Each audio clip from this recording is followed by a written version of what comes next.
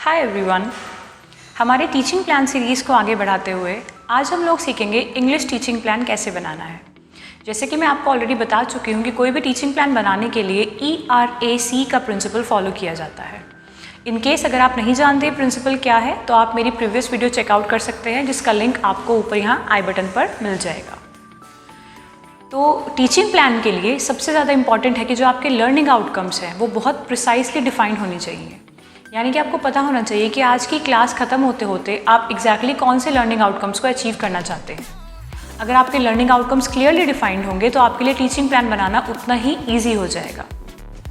Teaching plan बनाते समय आपको इस बात का भी बहुत ध्यान रखना है कि आपको ट्राई करना है बच्चों को मैक्सिमम एक्टिविटीज़ करा सके, यानी कि उनको किसी ना किसी तरह किसी भी काम में एंगेज रखे, यानी कि वो लोग खाली ना बैठे हों। आप लेक्चर मेथड का यूज़ नहीं करेंगे।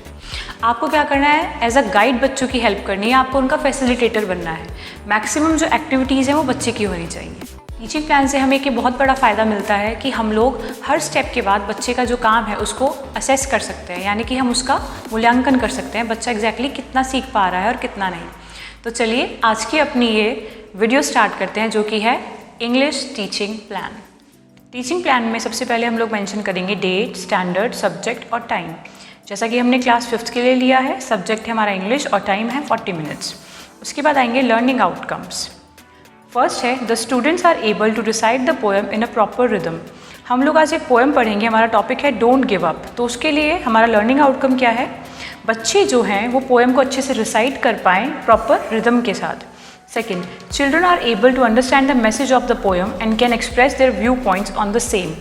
बच्चे जो हैं वो पोएम में जो मैसेज दिया गया है उसको अच्छे से समझ पाएँ और अपने जो विचार हैं उनको भी अच्छे से प्रस्तुत कर पाएँ। तो ये तो हमारे लर्निंग आउटकम्स हो गए। उसके बाद हमारा टॉपिक आता है, टॉपिक है डोंट गिव अप, ये पोएम का नाम है। नेक्स्ट है रिक्वायर्ड मटेरियल।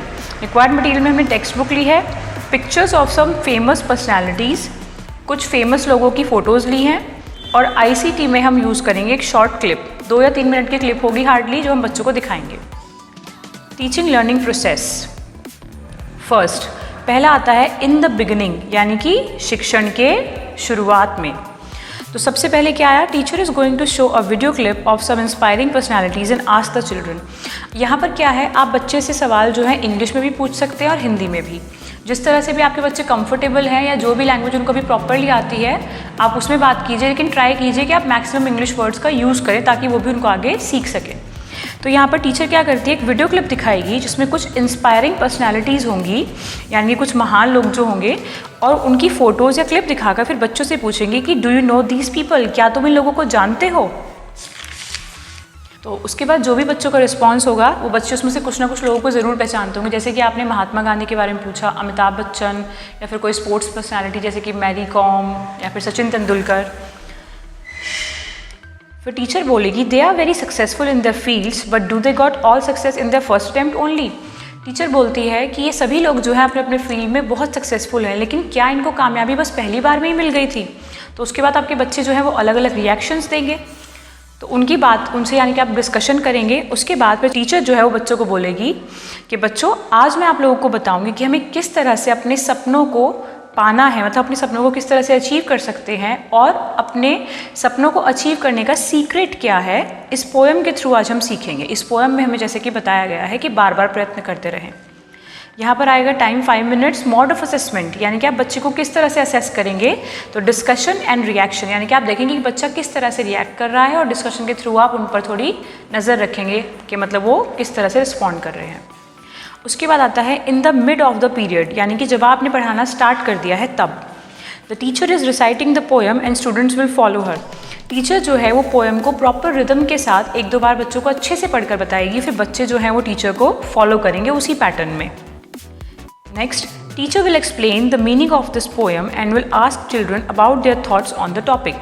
उसके बाद टीचर जो है वो बच्चों को मीनिंग एक्सप्लेन करेंगी पोएम का, यानी कि इस पोएम में हमें क्या बताया गया है। जैसे कि पोएम का शीर्षक ही है डोंट गिव अप, यानी कि कभी भी हमें हार नहीं माननी चाहिए जीवन में। कोई भी चीज़ कितनी भी कठिनाइयों से क्यों ना मिले, लेकिन बार बार उसको पाने के लिए प्रयत्न करते रहना चाहिए। तो जो पोएम का मैसेज है, जो उसका कोर मोटो है, उसको बच्चों तक पहुँचाने की कोशिश करेंगे और उसको समझाने के बाद फिर बच्चों से इस बारे में उनके थॉट्स पूछेंगे, यानी कि क्या उनके साथ भी कभी कोई ऐसी कुछ डिफ़िकल्टी आई है किसी काम को पूरा करने में, जैसे कि कुछ लर्न करते हुए दिक्कत आई हो, फिर 1-2 बार समझने के बाद उनको वो चीज़ अच्छे से लर्न हो गई हो, कुछ भी इस तरह से बातचीत में उनको एंगेज करेंगे। यहाँ पर जो हमारा मोड ऑफ असेसमेंट है वो होगा ऑब्जर्वेशन, डिस्कशन एंड पार्टिसिपेशन। हम देखेंगे कि बच्चा कितने अच्छे से पार्टिसिपेट कर रहा है, कितनी रुचि ले रहा है हमारे साथ उस बातचीत को आगे बढ़ाने में। नेक्स्ट आ जाएगा एक्टिविटी। आप क्या करेंगे, 5-5 का ग्रुप्स बना सकते हैं या जितने भी आपको सूटेबल लगे अपनी क्लास स्ट्रेंथ के हिसाब से। बच्चों को ग्रुप्स में डिवाइड करके और उनको पोएम प्रॉपर रिदम के साथ और एक्शंस के साथ गाने के लिए बोलिए। अगर ज़रूरत पड़े तो चाहे एक बार आप उनको करके भी दिखा सकते हैं। इस एक्टिविटी में हमने 10 मिनट्स का टाइम कंज्यूम किया। फिर आ जाएगा इन द एंड, यानी कि जब आप अपनी क्लास जो है उसको एंड करने की तरफ बढ़ेंगे। Teacher will pronounce some difficult words with their meanings and then she will ask some words from the students. Teacher जो है वो कुछ मुश्किल शब्दों का उच्चारण बच्चों को करके दिखाएंगी और उनके शब्द अर्थ भी बताएंगी और फिर बाद में उन्हीं शब्दों के बारे में बच्चों से पूछेंगी। तो इसमें टीचर देखेगी कि बच्चा कितनी प्रॉम्प्टनेस से जवाब दे रहा है, यानी कि कितनी तत्परता से उन जवाबों को दे रहा है। इसी से उन्हें पता चलेगा कि बच्चा कितने अच्छे से चैप्टर को सीख पाया है। लास्ट में हम लोग आ जाते हैं असाइनमेंट या होमवर्क पे।